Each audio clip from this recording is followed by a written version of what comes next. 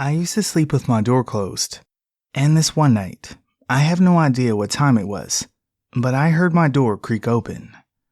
When I opened my eyes, I could only make out a figure of a strange, tall man with a hat and a coat. He just sat on my bed and stared at my door. This went on for a few minutes before he just got up and left. I don't have many memories of my childhood, but this one, I remember every detail.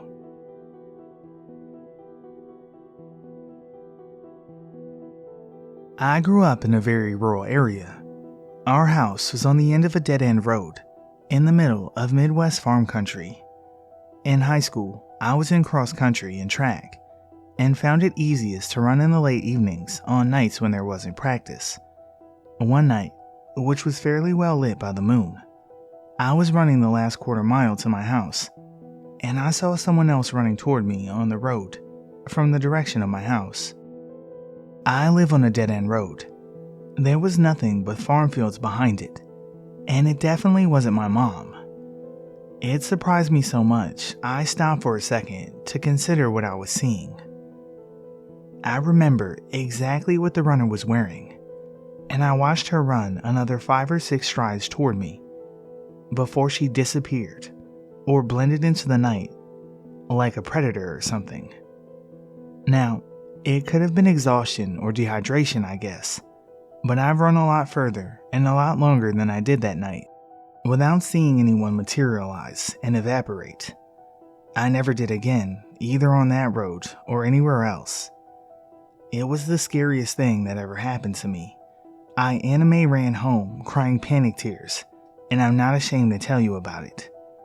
I couldn't bring myself to run at night again for about a month.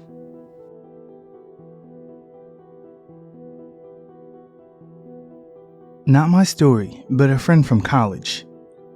A house that her family lived in for a while when she was a kid had an attic that ran the length of the house, and it was accessed through a door in the back of her brother's closet at the far end.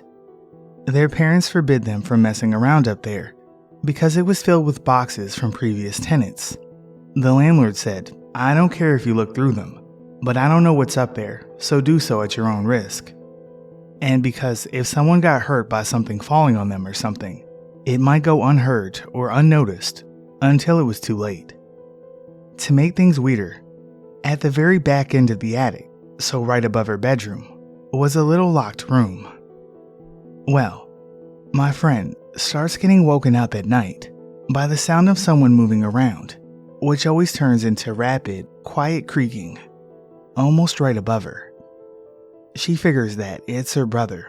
Because he'd have to cross over their parents' room as well, she figured that he'd get caught eventually, and just did her best to ignore the sound, or think about what a teenage boy might be doing to cause it.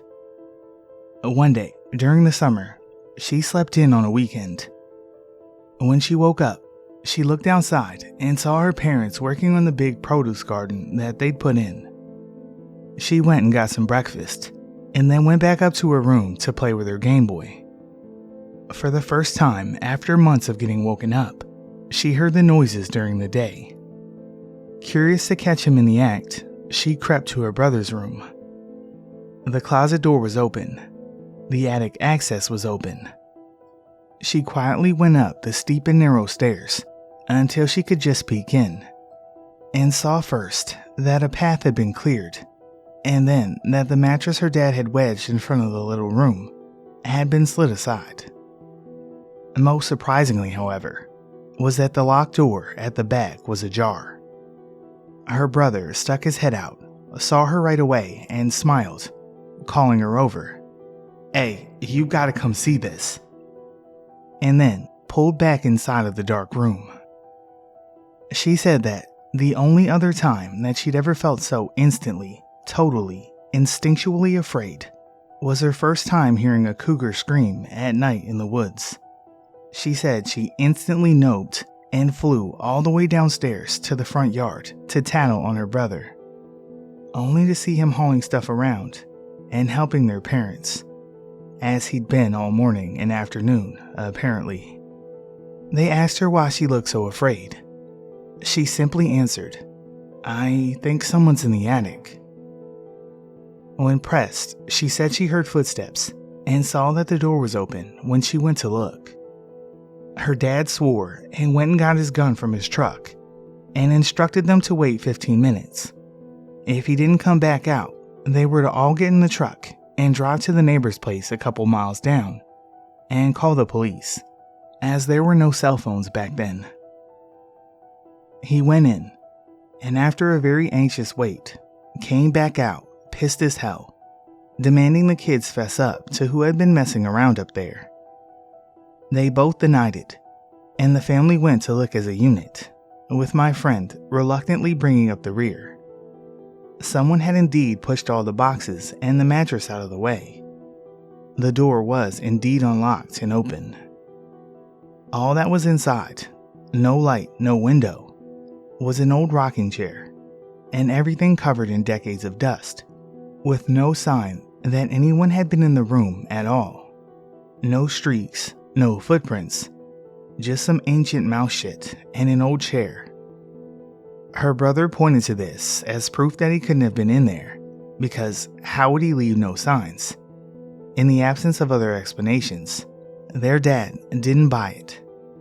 Her brother got grounded for the next couple of weeks for breaking the rules and sneaking around, and my friend refused to go back to the attic the rest of the time they lived there, sleeping on the couch in the downstairs living room when she could get away with it, because the sound of steps and the rocking would still regularly wake her up.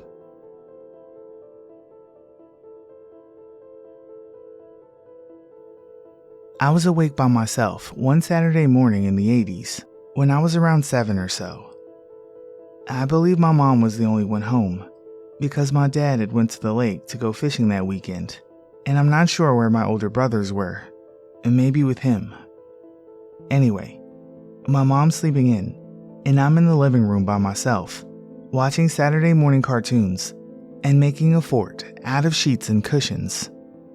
Something made me turn around, and I saw my dad in his pajamas standing in the hallway entrance with his hands on his hips, looking at the mess I was making and shaking his head. He then turned around and walked into my room, which was just off the hallway entrance. Dude, I didn't even look.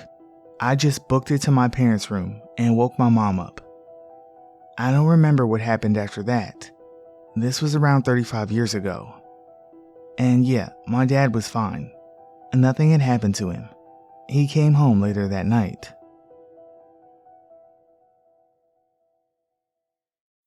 My family used to own and run a real estate office. My grandfather owned it and was the boss. My mom managed the rents and the clients, and I worked there on the weekends as a teenager. We worked in a multicultural area, which I always loved, and there was a reasonable Maori/Islander community there, a lot of whom were religious. In one particular property that we managed, there was this one family who had 2 sons. One of them played football with my brother, and the other is the subject of this incident. So, this kid was like 11, I think, and according to the family, began acting strangely. He'd have violent outbursts, say terrible things, stuff like that. Apparently, he was really seriously out of control. The family called their Baptist, I think, minister, and asked what they should do, or was there even anything that they could. The minister told them that he was free one evening later that week, and he'd bring the things needed for a baptism. He said that he'd perform an exorcism for them, and a good spiritual leader, good religious people, and a baptism could oust an evil spirit. This particular evening arrived, and the minister got all set up. He got this deep tub, which they all filled with water for the baptism. He chose some passages from the Bible that helped with the exorcism, and got the whole family to gather around for support and prayer. Now, Islander families tend to be large. There were aunts and uncles, cousins and grandparents. Everyone was there and willing to help this child. The parents were instructed to bring out the kid, so the father goes in to get him.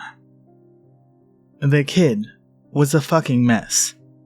He was described as being like the Tasmanian devil from the cartoons, just all over the place. His dad put the boy over his shoulder and brought him down to where everyone was standing, the kid fighting it every step. But with his father being an absolutely enormous man, he didn't stand a chance. The minister said for everyone to gather around and put their hands on the child and to pray for him. The father held him in the middle of the family group, and everyone reached out their hands to touch the boy, who was thrashing around like a wild animal. And what I heard was that it seemed like the boy was totally out of control. Time comes for the minister to say whatever it was that he was going to say, and to get him into the tub for the baptism, which was supposed to expel the demon they figured was possessing him.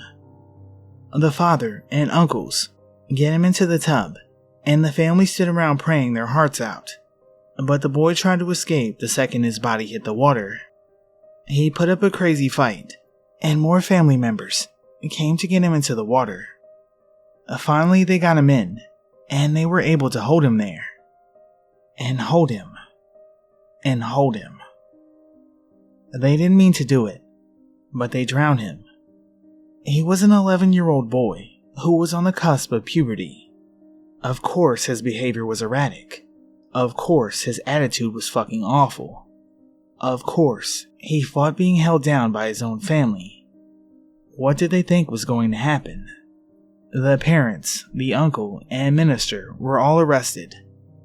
The uncle got off on an accessory charge. The parents got 10 years, but got out sooner.